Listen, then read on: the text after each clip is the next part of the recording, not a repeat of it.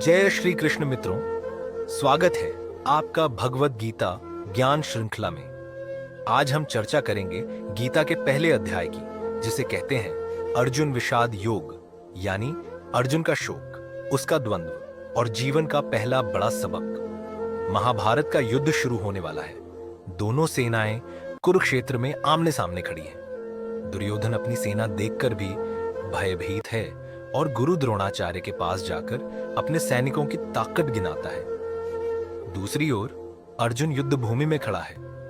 वह श्री कृष्ण से कहता है, हे माधव, मेरा रथ बीच में ले चलो ताकि मैं दोनों सेनाओं को देख सकूं। जब अर्जुन देखता है कि सामने उसके अपने गुरु भीष्म, आचार्य द्रोण, भाई, रिश्तेदार और मित्र खड़े हैं, तब उसका मन विचलित हो जाता है।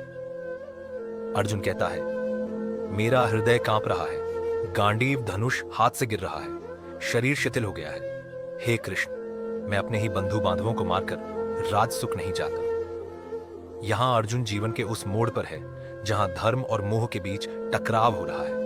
वह योद्धा होते हुए भी अपनी भावनाओं में उलझ गया। यही है अर्जुन विषाद योग, यानी शोक और भ्रम का योग। मित्रों, यह स्थिति सिर्फ अर्जुन की नहीं है। आज हम भी जीवन में ऐसे ही द्वंद्व से गुजरते हैं, जब हमें सही और आसान रास्ते में से चुनना होता है, जब परिवार और कर्तव्य में टकराव होता है, जब भावनाएं हमें कमजोर बना देती हैं। कई बार नौकरी, व्यापार, रिश्तों या पढ़ाई में हम भी अर्जुन की तरह कह देते हैं, मैं यह नहीं कर पाऊंगा। यह अध्याय हमें सिखाता है कि भ्रम और दुख जीवन का हिस्सा है, लेकिन उनसे भागना नहीं चाहिए।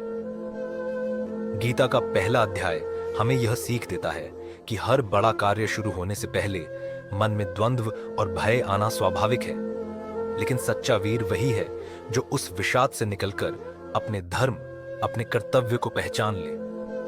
अर्जुन का विषाद सिर्फ युद्ध भूमि का नहीं था, यह हर इंसान के भीतर का विषाद है। इस अध्याय का संदेश है, समस्या से भागो मत, उसका सामना करो, तभी जीवन का असली मार्गदर्शन मिलेगा। और यहीं से शुरू होता है श्री कृष्ण का अमर उपदेश, जो अगले अध्यायों में अर्जुन और हम सबका जीवन बदल देता है।